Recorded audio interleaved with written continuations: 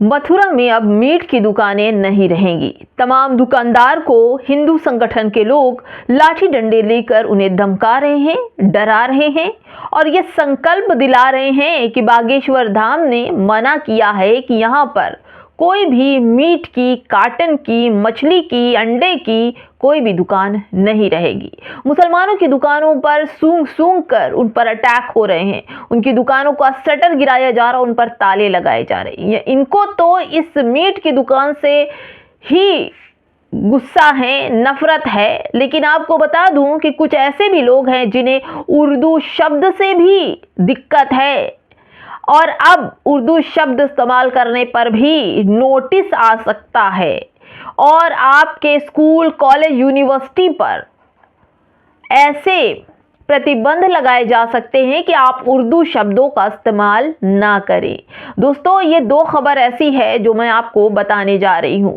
Video में बने रहिए। नमस्कार, आप देख रहे हैं बामसेफ न्यूज़ और मैं हूं आपके साथ शैला। पहली खबर तो मैं आपको वहां से शुरू करूंगी जहां से मुसलमानों का लगातार बहिष्कार है।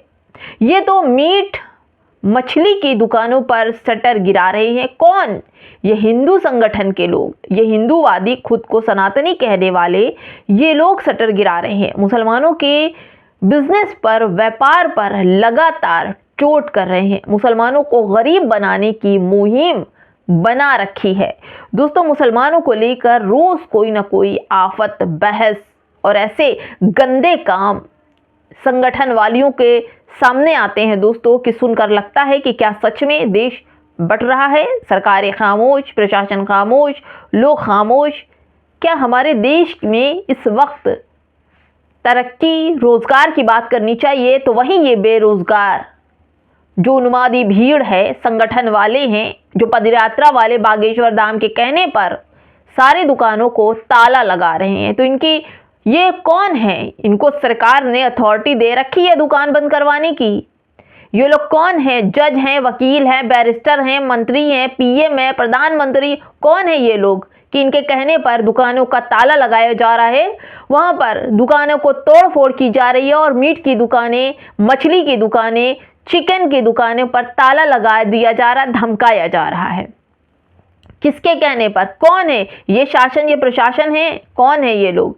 ये बेरोजगार वो युवा हैं जिनको रोजगार नहीं मिलता और सामने वाले मुसलमानों को देख करके ये तड़प उठते हैं कि इनके पास रोजगार है और इनके पास रोजगार नहीं है। दोस्तों, बाबा बागेश्वर इन तमाम हिंदू समुदाय के जो युवा हैं उनको अपराधी बना रहे हैं। ये लड़ाई जो झगड़ा कर रहे हैं, इन पर जब केस हो जाएगा तो ये जेल की सलाखों के पीछे चले जाएंगे। फिर कोई भी बाबा इन्हें बचाने नहीं आएगा। जैसा कि दक्ष चौधरी के साथ हुआ था, देखा था आपने कैसे दक्ष चौधरी ने शराब की दुकान का शटर गिराया था, उसके बाद उसके ऊपर एफआईआर हुई, लग गया टैग, अपराधी का आरोपी हो गए। दूसरी खबर मैं आपको बताऊं कि बाबा बागेश्वर के ही भड़काने पर एक व्यक्ति आगरा में मुस्लिम बुजुर्ग के साथ बदतमीजी करता है और फिर उसे जेल के पीछे जाना पड़ता है। कौन बचाने आया? बाबा आए बचाने? नहीं आए। उसकी जिंदगी पर अपराधी का मोहर लग गया, थाने पर एफआईआर हो गई तो समझ लीजिए वो अपराधी हो गया। अब ये लोग जो बाबा बागेश्वर के कहने पर मीट की, मछली की, चिकन की दुकानें बंद करवा रहे हैं, जबरदस्ती लाठी डंडे हाथ में लेकर गाली बक रहे हैं और दुकानों का शटर गिरा रहे हैं, तो क्या ये अपराधी नहीं है? इन पर भी एफआईआर हो जाएगी तो इन पर भी अपराधी होने का टैग लग जाएगा। यानी कि आपके बच्चे पूरी तरह से अपराधी बनने के लिए बहुत ही खुशी खुशी किसी के कहने पर उतर चुके हैं जमीन पर और मुसलमानों की नफरत इन्हें अपराधी बना रही है। दोस्तों, सुनिए जरा खबर। मुस्लिम स्पेस की खबर है कि उत्तर प्रदेश के मथुरा में चिकन मीट के प्रतिबंध को लेकर मुहिम। मथुरा में 30 नवंबर को एक हिंदूवादी संगठन के सदस्यों ने जबरदस्ती चिकन मीट की 5 दुकानें बंद करवाई और दुकानदारों को धमकाया। बाबा बागेश्वर की सनातन हिंदू एकता पदयात्रा में मथुरा को मांस मुक्त करने का संकल्प लिया गया। यानी कि ये जो उन्मादी, गाली बकने वाले, 5 दुकानों का बहिष्कार करने वाले, उनका व्यापार ठप करने वाले ये अपराधी लोग जो हैं उनके व्यापार को बंद करवा रहे हैं, तो क्या ये इन पर FIR नहीं होनी चाहिए? ये उन्मादी भीड़ नहीं है, ये लोगों का व्यापार नहीं खराब कर रहे हैं? दोस्तों, जिस तरह से धमकाया जा रहा है, लोगों को डराया जा रहा है, और साथ ही साथ मैं आपको बताऊं कि जो कुछ चल रहा है दोस्तों, क्या ये सही है? दोस्तों, मैं आपको बताऊं, अगर बहिष्कार की ही बात चल रही है तो मैं आपको बता दूं कि बहिष्कार को लेकर तमाम जगह पर पोस्टर लगाए गए थे कि मुसलमानों का बहिष्कार करो। जैसे लगाए गए थे कि अभी हाल ही में दिवाली पर पोस्टर लगे थे कि अपना त्यौहार अपनों से व्यवहार, दिवाली की खरीदारी उनसे करे जो आपकी खरीदारी से दीपावली मना सके, बजरंग दल, देवास, यानी कि ऐसे भी। और मैं बताऊं कि सामान भाई से खरीदें, भाईजान से नहीं, ऐसे भी पोस्टर हिंदू समाज की तरफ से, समस्त हिंदू समाज की तरफ से लगाए गए, चौराहे मोहल्लों पर लगाए गए, लेकिन उस पर कोई एक्शन नहीं। पोस्टर हिंदूवादी लोग लगा दें तो कोई एक्शन नहीं, लेकिन मुसलमान अगर हाथ में आई लव का पोस्टर उठा ले तो अपराधी, आतंकवादी, आरोपी है और उसके घर बुलडोजर पहुंच जाएगी। लेकिन इनको खुली छूट, ये खुली एकदम मुस्तैदी से अपराध कर रहे हैं, लोगों की दुकानों पर डंडे पीट रहे हैं, उन्हें गालियां बक रहे हैं, उनकी दुकानें के शटर गिरा रहे हैं।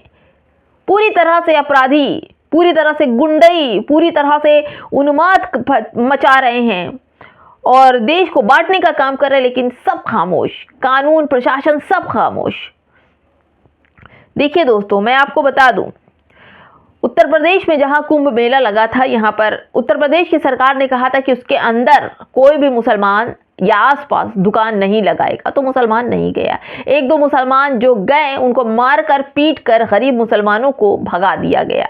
लेकिन उसी थ्योरी को अपनाते हुए महाराष्ट्र के CM भी वही अपना रहे हैं। मेले में मुसलमानों को दुकानें नहीं लगाने देने के फैसले से महाराष्ट्र के BJP मंत्री ने किया स्वागत, यानी कि महाराष्ट्र में भी जो भी मेले या दुकानें लगेंगी वहाँ मुसलमानों की दुकानें नहीं लगेंगी, हिंदुओं के कोई भी त्यौहार पर, क्योंकि मंत्री जो हैं हिंदूवादी हैं, RSS के हैं, BJP के हैं, तो उनकी सोच इससे उठकर तो वो सोच ही नहीं सकते हैं। दोस्तों, मुस्लिम दुकानों पर बैन, मौलाना बेचैन, इस तरह के पोस्टर, बैनर और साथ ही साथ चल रहा है टीवी मीडियम डिबेट पर। सनातनी मेले में मुसलमानों की एंट्री बैन, मचा बवाल। महाकुंभ के बाद महाराष्ट्र मुस्लिमों पर बड़ी पाबंदी, नवरात्र पर मुसलमानों की दुकानें बैन, क्या बवाल शुरू। दोस्तों, इस तरह जब आप लोग, नेता लोग ही सौहार्द की बात खत्म करके उन्मादेंगे, लोगों को भड़काएंगे, मुसलमान भी इस देश का हिस्सा है, उसे भी कमाने खाने का हक है, लेकिन पहले तो आपने बैन लगा दिया और उसके बाद से संगठन के लोग जमीन पर उतर आए और मुसलमानों की दुकानों पर ताला लगाने लगे हैं, बहिष्कार करने लगे।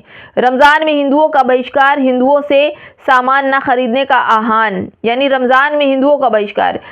झूठ बोलकर, ये सुदर्शन न्यूज का एंकर है सुरेश चौहान, इनको तो आप जानते ही हैं, नफरत फैलाने में नंबर 1 है।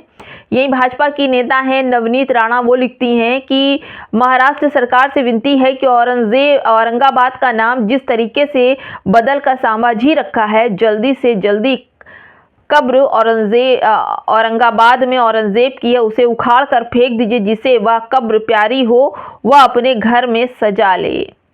दोस्तों, इस तरह की भी बात हो रही है। दोस्तों, डॉक्टर मुकेश कुमार है, वो लिखते हैं कि मुगल बादशाह औरंगजेब इतिहास का एक ऐसा किरदार जो BJP और हिंदूवादी पार्टियों के सिर पर सवार रहता है और औरंगजेब के नाम से भी भड़क जाते हैं। अगर कोई उनकी तारीफ कर दे तो या उनके बारे में एक दो सच भी बता दे तो उसे गद्दार घोषित करने लगते हैं। समाजवादी पार्टी के नेता अबू आजमी ने जब हाल में ही आई फिल्म छाया की आलोचना की और कहा कि औरंगजेब को जितना क्रूर दिखाया गया उतना वो था नहीं। उन्होंने औरंगजेब की थोड़ी तारीफ क्या कर दी कि उनके राज्य में हिंदुस्तान की सरहदें अफगानिस्तान से लेकर म्यांमार तक फैली थीं और दुनिया में भारत की GDP का हिस्सा 24% हो गया था। दोस्तों, ये सब है। और इसके बाद एक खबर मैं आपको और बता रही हूँ, उर्दू शब्द इस्तेमाल करना राजस्थान के एक स्कूल को महंगा पड़ गया। दोस्तों, एनुअल फंक्शन में उन्होंने अपने कार्ड पर छपवाया, एनुअल फंक्शन का जो कार्ड होता है, ये जो कार्ड है महात्मा गांधी राजकीय विद्यालय शाहाबाद, पंचायत समिति शाहाबाद, जिला 12, यानी जश्न अलविदा का कार्ड छपवा दिया। अब जश्न अलविदा का कार्ड छपाने के बाद ही प्रधानाचार्य को लेकर बहस शुरू हो गई कि जश्न अलविदा क्यों लिखवाया, क्योंकि इसको विदाई समारोह लिखवाना चाहिए था, कुछ भी लिखना था, अलविदा क्यों लिखवाया, क्योंकि ये तो उर्दू लफ्ज़ है और उर्दू लफ्ज़ वालों से लोगों को कितनी परेशानी है। देखिए दोस्तों, राजस्थान विदाई समारोह के कार्ड पर उर्दू शब्द जश्न अलविदा लिखने पर स्कूल प्रधानाचार्य की जांच शुरू हो गई। यानी कि अगर उर्दू इस्तेमाल कर लिया आपने तो आप पर जांच बैठ जाएगी। आपको ये देखा जाएगा कि उर्दू शब्द आपने इस्तेमाल किया है तो आप ज़रूर आतंकवादी होंगे, आरोपी होंगे, आपके साथ कुछ ना कुछ होगा। और देखिएगा, कुछ ना कुछ निकाल करके उनके स्कूल का रजिस्ट्रेशन जो है वो ख़त्म कर दिया जाएगा, उनको नौकरी से निकाल दिया जाएगा, फिर उनके घर पर बुलडोज़र चलेगा, फिर उनके रिश्तेदारों पर बुलडोज़र चलेगा। कि बहुत बड़ी हिमाकत प्रधानाचार्य ने कर दी कि जश्न अलविदा लिख दिया, हिंदी शब्द का इस्तेमाल नहीं किया। लेकिन मैं आपको बता दूं कि यही पूर्व मंत्री सुषमा स्वराज ने असेंबली के अंदर, संसद के अंदर कहा था कि उर्दू भी हमारी देश की भाषा है, हिंदी से ही निकली हुई उर्दू है। लेकिन आज इन जाहिलों को उर्दू का शब्द उन्हें लगता है कि मुसलमानों ने दिया है। एक बार हिस्ट्री पढ़नी चाहिए जाहिलों को, क्योंकि इतिहास तो ये जानते नहीं। व्हाट्सएप यूनिवर्सिटी से निकले हुए मैसेज के पीछे थूक खेखार की तरह टूट पड़ते हैं, तो वैसे ही इन्हें पढ़ना चाहिए। ना पढ़ने वालों की संख्या बड़ी हो रही है, क्योंकि तोड़ मड़ोड़ कर कुरान की आयतों को लाया जाता है और फिर उस पर कमेंट किया जाता है। दोस्तों, बहुत बड़ा जो जश्न अलविदा लिख दिया, बहुत बड़ा कांड हो गया, इससे बहुत बड़ा देश को खतरा हो गया, ऐसा इन लोगों का कहना है। और अब जांच बैठ गई है प्रधानाचार्य के ऊपर। देखते हैं दोस्तों, प्रधानाचार्य के ऊपर कितनी गाज गिरेगी, क्या क्या होगा। जो होगा मैं आप तक खबर जरूर पहुंचाऊंगी। नमस्कार।